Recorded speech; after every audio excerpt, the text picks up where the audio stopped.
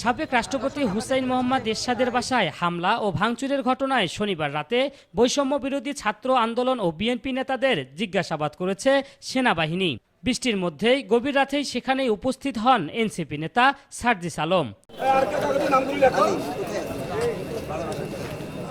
জাতীয় পার্টির নেতাদের নামে মামলা করে ফেরার পথে নগরীর পায়রা চত্বরে সেনাবাহিনীর জেরার মুখে পড়েন বৈষম্য বিরোধী ছাত্র আন্দোলন ও এনসিপির নেতারা।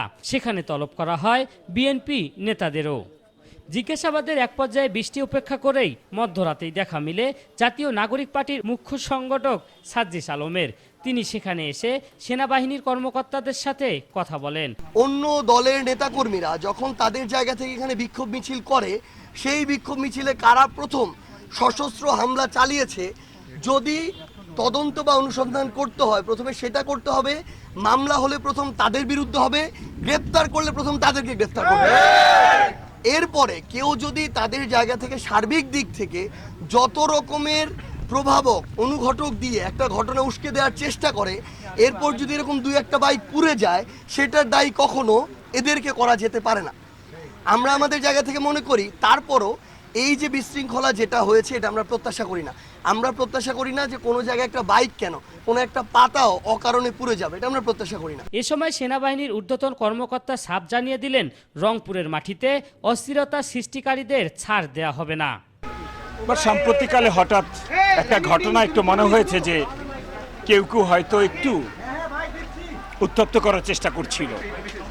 তা আমাদের অবস্থানটাই সবাইকে জানিয়ে দেয়া যে কেউ যদি তার ব্যক্তিগত চরিতার্থ বাস্তবায়ন করতে চায়, বাট সেটা যে দেশের মানুষের অমঙ্গল হয়, সেটা বাংলাদেশ সেনাবাহিনী আসলে সুন্দর চোখে দেখবে না।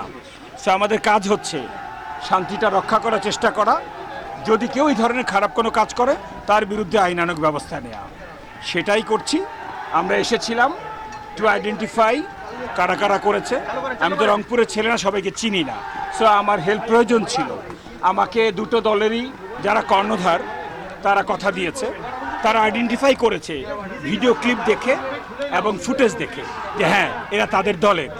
তারা যা বহন করছিল এটা বহন করার কথা না। তারা আইডেন্টিফাই করেছে, তারা আগামীকালকে আমাদের কাছে নিয়ে আসবে।